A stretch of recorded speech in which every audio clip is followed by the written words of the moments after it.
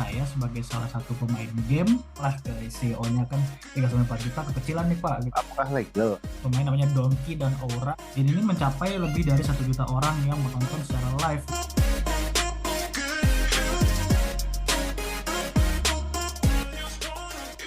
Nah, selanjutnya kalau Ya, untuk atlet e-sport ya yang bermain untuk kompetisi, oke. kira-kira Irfan ada informasi nggak berapa sih mereka kisaran pendapatannya dan apa aja sih sumber-sumber pendapatan mereka gitu?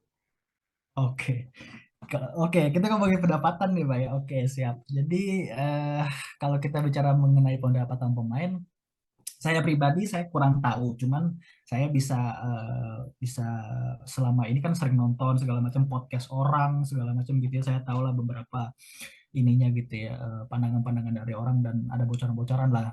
Jadi angka pastinya kita nggak bisa ketahui gitu ya, yang intinya karena hal tersebut merupakan rahasia gitu dari tiap pemain dan biasanya tidak menentu nih besarannya. Nah, hal yang dapat kita teliti dari mereka adalah sumber pendapatan. Mungkin dari sumber pendapatan dari tiap pemain Mobile Legends ini biasanya kita didapatkan dari berbagai sumber nih. Nah, kita bagi jadi mungkin satu ya empat mungkin kita bagi jadi empat.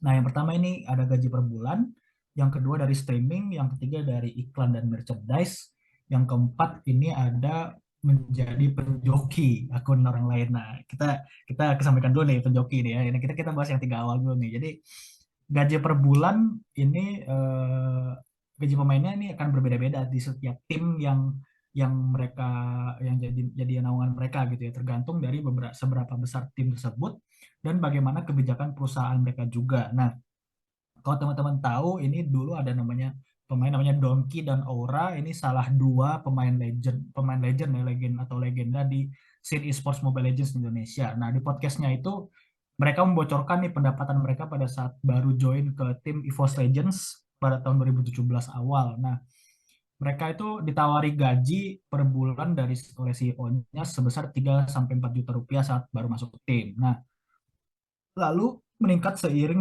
berbagai kejuaraan yang mereka menangkan. Namun kedua kedua orang itu ya dia nawar lah ke CEO-nya kan 3,4 juta kekecilan nih Pak gitu. Nah, jadi mereka menawar untuk dibelikan handphone terbaru juga yang paling canggih untuk bermain dan berlatih kayak gitu. Jadi ada insentif yang lain selain itu gitu. Nah, di dalam podcast yang sama, Marsha, salah satu pemain legend juga, ya mereka ini kan tiga serangkai gitu ya, kalau menjelaskan bahwa saat itu dia pernah ditawar oleh RRQ Hoshi atau rival abadi EVOS Legends di scene Hmm. esports Indonesia sampai sekarang gitu ya, dengan penawaran gaji 6 sampai 7,5 juta rupiah per bulan. Nah, ini kan lumayan lumayan agak jauh nih ya perbedaannya kalau apalagi zaman itu gitu loh. Serta handphone tercanggih saat itu. Jadi hal ini menunjukkan bahwa pendapatan pemain esports memang nggak pasti, apalagi dalam hal gaji per bulannya gitu ya. Tergantung besarnya tim dan bagaimana kualitas pemainnya tersebut juga. Nah, kalau dari sumber pendapatan yang kedua ini yang paling besar nih teman-teman.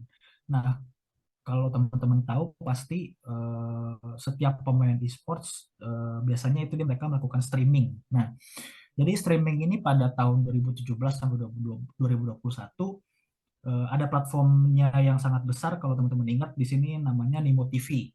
Nah, Nimo TV ini waktu itu memang berbarengan dengan YouTube. Jadi ada yang streaming di Nimo TV juga, ada juga yang di YouTube.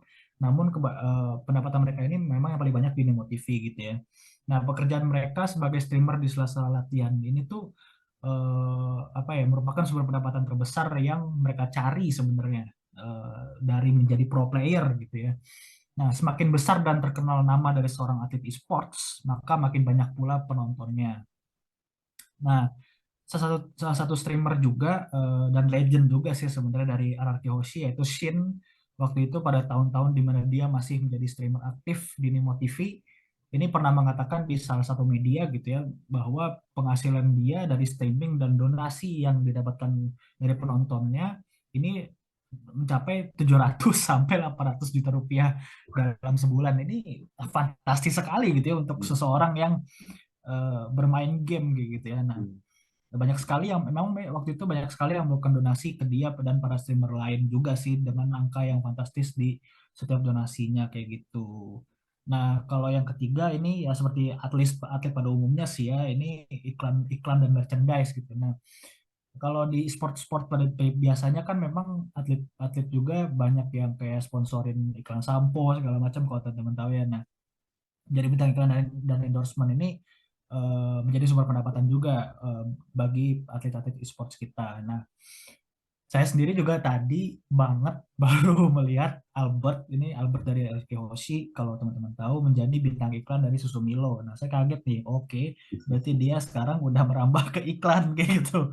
Dan banyak juga produk-produk yang di-endorse oleh atlet yang lain seperti platform untuk top up diamond, terus kayak merek baju dan sebagainya kayak yang saya Hmm. ingat itu ya, kayak gitu, Pak.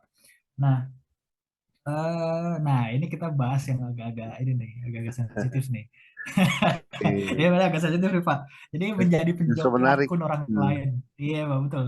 Nah jadi ada nih jadi penjoki. Nah jadi sebenarnya kalau kita ngomongin penjoki, kebanyakan dari professional player sebelum mereka masuk ke tim besar atau tim yang sekarang berkompetisi di MPL, mereka ini biasanya, tapi nggak semua sih ya, koreksi ke saya kalau saya salah, tapi kebanyakan mereka adalah penjoki. Nah, apa sih maksudnya penjoki? Jadi penjoki itu adalah sebuah term di mana seseorang memainkan akun orang lain untuk dinaikkan ranknya ke yang lebih tinggi. Nah, misalnya contoh saya punya akun Mobile Legends, terus saya bilang ini rank apa skill saya udah mentok.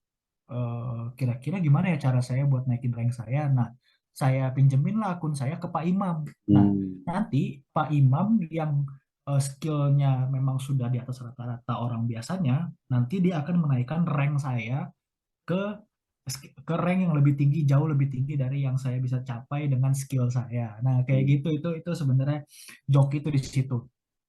Nah, eh, jadi joki ini juga itu mematok biaya Hmm. sesuai keinginan dan keadaan di pasar si penjokinya tadi gitu ya. Hmm. Nah, betul Pak. Jadi kayak biasanya konsumen dari jasa joki ini memilih pemain atau atlet e-sports. Sebenarnya nggak valid sih kalau dibilang pemain atau atlet e-sports karena biasanya kalau sekarang nih zaman sekarang ya atlet e-sports itu sudah nggak melakukan joki karena Hmm. mereka sudah punya pendapatan yang lumayan dari tim e-sportsnya gitu. Nah, biasanya Oke. penjoki orang lain ini apa kayak masa-masa sebelum mereka jadi pro player kayak gitu intinya Oke. singkatnya gitu ya. Nah, Oke. gitu Pak. Jadi dipatok harganya juga tidak murah nih Pak kalau saya Hmm. boleh bocorin gitu ya dengan penjoki ini setahu saya sampai ada yang mau mau bayar tuh 11 juta itu Hmm. dari itu hanya beberapa beberapa tingkat dari ininya gitu dari rank yang ini Oke. sangat-sangat ini Pak gitu sangat-sangat Lumayan banget 11 juta lumayan ya. banget gitu Pak iya Hmm. Pak itu baru DP loh 11 juta Oke. dan kayak wah gila sih Oke. Buat jadi gitu Pak penjoki akun itu apakah legal? Apakah boleh kita apa atlet e-sport jadi penjoki ya. sebetulnya? Terus sebenarnya manfaatnya apa gitu menaikkan rank sehingga sampai berani bayar 11 juta gitu. Ya kalau Ah, misalnya skillnya nggak ngangkat ya bukannya nanti turun-turun sendiri ranknya gitu ya. iya benar, benar Pak. Jadi sebenarnya kalau untuk joki ini nggak legal gitu ya. Hmm. Maksudnya sebenarnya kalau legal atau enggaknya kan kalau legal dalam tanda kutip itu harus ada aturan tertulis Hmm. undang-undangnya segala macam gitu ya dan bisa Oke. dipidanakan. Iya, Kalau iya. nggak bisa dipidanakan berarti bukan bukan yang nggak legal. Tapi Hmm. kalau dari waktu itu ada manajer Muntun namanya Fendi Tan. Nah ini mereka atau tim-tim mereka Munton ini bilang kalau praktek joki akun ini praktek yang tidak sah gitu ya. Hmm. Dan jika Oke. ketahuan oleh developer gamenya ini akan mendapatkan sanksi yang sangat berat gitu. Apakah Hmm. ban akun atau biasanya sih ban permanen sih Pak. Hmm. Jadi akunnya ini di ban permanen dan Akun eh, akun akun yang ya minta dijokiin atau akun yang menjokiin? akun yang minta dijokin Pak Oke, gitu Pak. oke. Nah, tapi saya koreksi kalau saya salah ya, tapi setahu saya sih memang dua-duanya bakal kena, tapi Hmm. yang lebih berat nih setahu saya yang minta menjoki karena dia Oke. yang punya keinginan gitu. Hmm. Oke, nih itu nanti takutnya saya salah nih kalau saya ngomong sampai ke sana ya Pak ya. Jadi saya Oke, kurang ini oke. juga. Nah, jadi praktek joki ini akan mendapatkan sanksi yang benar-benar berat. Nah, menurut Fendi, praktek joki ini akan mengganggu nih stabilitas dan Hmm. balance dari sebuah game itu sendiri gitu ya. Karena pemain yang biasanya menjokikan akunnya adalah pemain yang tidak mampu dan menggapai rank yang lebih tinggi dari skill Hmm. asli yang mereka punya ya, Hmm. seperti yang saya bilang tadi gitu ya. Nah, sebenarnya manfaat dalam menjoki tidak lain dan tidak bukan hanya untuk gengsi dan popularitas Hmm. nih kalau teman-teman Oke. tahu gitu ya. Nah, semakin tinggi rank seseorang maka dia akan merasa bangga atau dia atau gimana ya, wah nih rank gue lebih tinggi nih dari kawan gue gitu kan. Nah, Hmm. di antara teman bermainnya gitu. Nah, selain itu semakin tinggi rank seseorang dalam sebuah game maka kesempatan dia seseorang ini untuk menjadi populer di game tersebut semakin besar juga. Nah, kalau membahas popularitas di dalam hampir seluruh game sih yang kompetitif gitu ya, ini ada nama sistem leaderboard. Nah, jadi Hmm. leaderboard ini diukur dari seberapa populernya orang atau seberapa banyak, seberapa tingginya rank seseorang. Nah, biasanya profesional tim itu melihat rank 1, 2, 3 di setiap seasonnya. Hmm. Nah, dia akan melirik nih, wah pemain ini gimana nih perkembangannya. Nah, kalau misalnya penjoki sampai bisa naikin Hmm. rank sebuah akun sampai situ, nah ini kan bakal bakal terjadi kontroversi ya, apalagi Iya, yang mainnya bukan dia gitu loh. iya Nah, betul kan ini betul. bakal bakal aneh gitu, bakal jadi jelimet Jadi lah masalahnya gitu. jadi skandal gitu ya. Ternyata Betul, dia Pak, betul. dijokiin gitu. Iya, kan kan nggak banget gitu ya, jadi kayak aneh gitu. Nah, Hmm. kayak gitu sih Pak intinya sebenarnya. Oke, oke. Terima kasih.